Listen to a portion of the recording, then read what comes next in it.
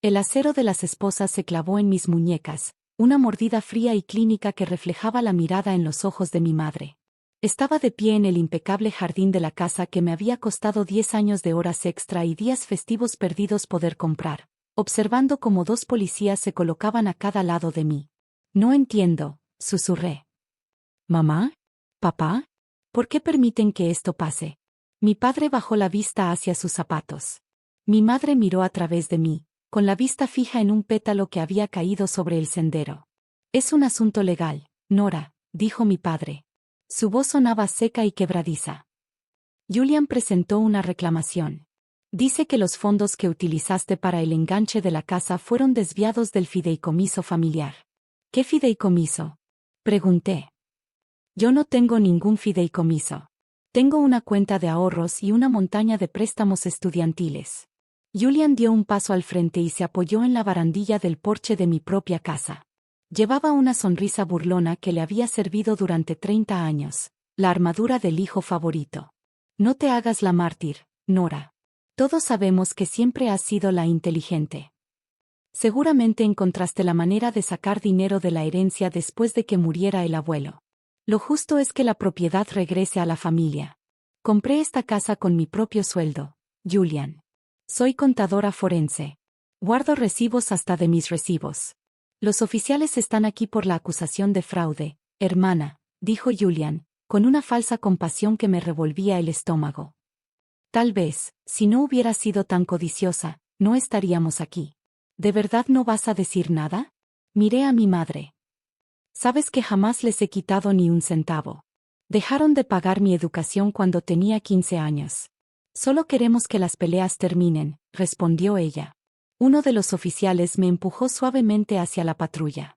La puerta se cerró con un golpe metálico y pesado que me separó de mi vida. Mientras el vehículo se alejaba, vi a Julian subir los escalones de mi porche y girar la llave en la cerradura. Pasé 6 horas en una celda de detención. El aire olía a cloro y desesperación. No lloré. No grité. Me senté en la estrecha litera y pensé en la naturaleza específica de la denuncia de Julian. No solo había presentado una demanda civil, había impulsado una investigación penal por fraude para asegurarse de que me expulsaran de la propiedad de inmediato. Cuando mi abogado, Marcus, finalmente llegó, parecía agotado. Dejó una carpeta sobre la mesa metálica. Los cargos son por apropiación indebida de fondos, dijo Marcus. Tu hermano presentó pruebas. Estados de cuenta bancarios que sugieren una serie de transferencias desde una empresa fantasma vinculada al patrimonio de tus padres hacia tu cuenta personal hace 3 años. Nunca he visto esos estados de cuenta en mi vida, respondí. Lo sé.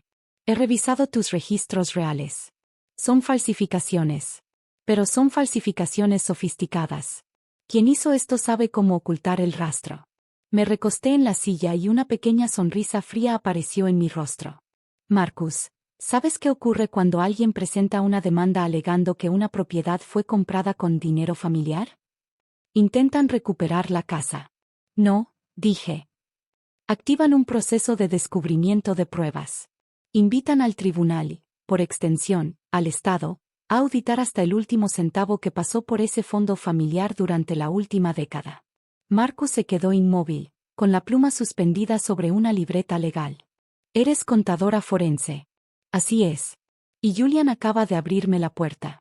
No solo me acusó de fraude, declaró oficialmente que el dinero utilizado para comprar mi casa provenía de los bienes colectivos de la familia. Para demostrar su acusación, el tribunal tiene que verificar el origen de esos bienes.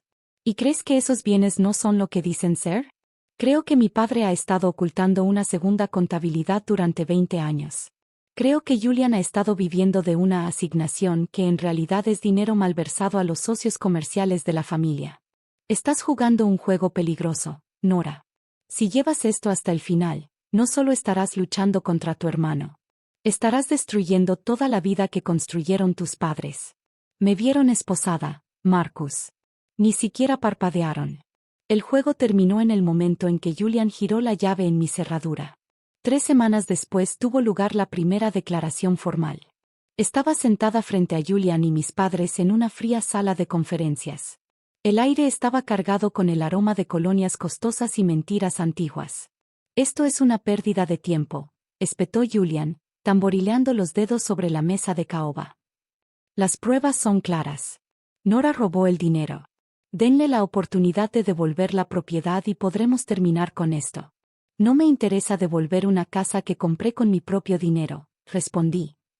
Me interesan más estos documentos. Marcus, ¿serías tan amable de presentar la prueba C? Marcus deslizó una serie de hojas de cálculo sobre la mesa. El rostro de mi padre pasó de estar pálido a adquirir un tono gris enfermizo.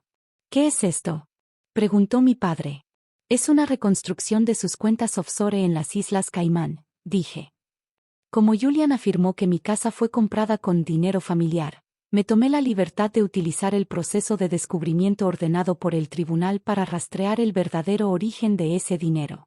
Resulta que no tenían ningún fideicomiso. Tenían un esquema de lavado de dinero. Nora, detén esto, susurró mi madre. Somos tus padres. Los padres no se quedan de brazos cruzados mientras arrestan a sus hijos con acusaciones falsas, respondí. Dime, papá, ¿qué opina el señor Henderson sobre los $4 millones que perdió en una mala inversión hace 10 años? ¿El dinero que en realidad terminó en las cuentas de apuestas de Julian? Julian se puso de pie de golpe. Su silla rechinó contra el piso. Maldita perra. Estás tratando de destruirnos. Yo no estoy haciendo nada, Julian. Tú presentaste la demanda. Tú le pediste al Estado que investigara el dinero. Yo solo soy la persona que sabe leer los números. Podemos llegar a un acuerdo, dijo mi padre con la voz temblorosa. Retiraremos los cargos. Te entregaremos la casa oficialmente. Solo destruye esos archivos. Los archivos ya no me pertenecen, respondí. Fueron enviados al Servicio de Impuestos Internos y a la Fiscalía. El proceso de descubrimiento ya es parte del registro público. La habitación quedó en silencio. Ese tipo de silencio que sigue al sonido de un disparo. No puedes hacer esto, sollozó mi madre. Somos una familia. Familia es una palabra que usan cuando quieren algo de mí, dije. Cuando necesité un hogar, trabajé por él. Cuando necesité apoyo, ustedes me dieron silencio. Ahora pueden disfrutar de todo el silencio que quieran en una corte federal. Julian se lanzó sobre la mesa, con el rostro deformado por la furia. Marcus se interpuso en su camino mientras el guardia de seguridad de la esquina se acercaba rápidamente. ¿Crees que ganaste?, gritó Julian. No serás nada sin nosotros. Serás la hija que envió a sus padres a prisión. Seré la hija que conserva su casa, respondí. Y seré la mujer que no tiene que preguntarse cuál de sus hermanos le está robando. Las consecuencias llegaron como un accidente automovilístico en cámara lenta. Mi padre fue acusado formalmente de evasión fiscal y fraude electrónico. Julian, que había firmado varios de los documentos fraudulentos para mantener su estilo de vida, fue acusado como co-conspirador. Mi madre, aunque no estuvo implicada legalmente en el fraude, terminó siendo excluida socialmente cuando la verdad sobre sus finanzas, y sobre su crueldad, comenzó a difundirse entre su círculo social. Un mes después de la sentencia final, estaba de pie en mi sala. La casa se sentía diferente. El aire era más ligero y el silencio ya no estaba cargado con la amenaza de la traición. Entonces llamaron a la puerta. Era mi madre. Parecía más pequeña. Su ropa costosa le quedaba holgada sobre un cuerpo que se había marchitado bajo el estrés de los últimos meses. Nora, dijo. Hola, Eleanor. Se estremeció al escuchar su nombre de pila. Tu padre está pasando por momentos difíciles ahí dentro. Pregunta por ti. ¿Se arrepiente de todo? ¿Se arrepiente del fraude o de que lo hayan descubierto? Te ama, a su manera. Esa manera es un lugar muy solitario, respondí. ¿Por qué estás aquí? No nos queda nada, dijo mientras una lágrima corría entre el maquillaje de su rostro. El gobierno confiscó el patrimonio. Julian está en una casa de transición. No tengo a dónde ir. La observé. De verdad la observé. Vi a la mujer que me enseñó que el amor era condicional, que el valor de una persona se medía por sus bienes y que la lealtad debía entregarse a quien hiciera más ruido en una habitación. Lamento que estés pasando por esto, dije. ¿Eso significa que me ayudarás? Significa que lo lamento, repetí. Pero no puedo ayudarte. ¿Cómo puedes ser tan fría?, exclamó horrorizada. Te llevé en mi vientre durante 9 meses. Y yo cargué con el peso de tus expectativas durante 25 años, respondí. Por fin he dejado esa carga atrás. No puedo volver a levantarla solo porque te quedaste sin opciones. Eres un monstruo. No, dije con voz tranquila y firme. Solo soy una contadora forense. He cuadrado los libros, y la deuda finalmente ha sido saldada por completo. Cerré la puerta lentamente.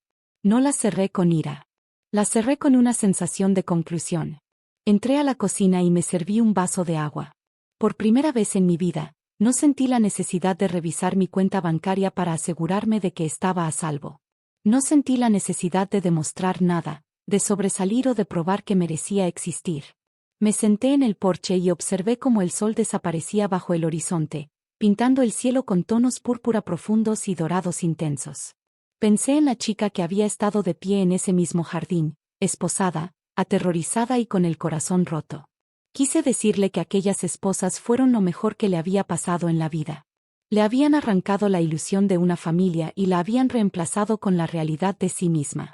Había pasado toda mi vida intentando ganarme un lugar en una mesa construida sobre mentiras. Era mucho mejor construir mi propia mesa, en mi propia casa, sobre una base de verdad.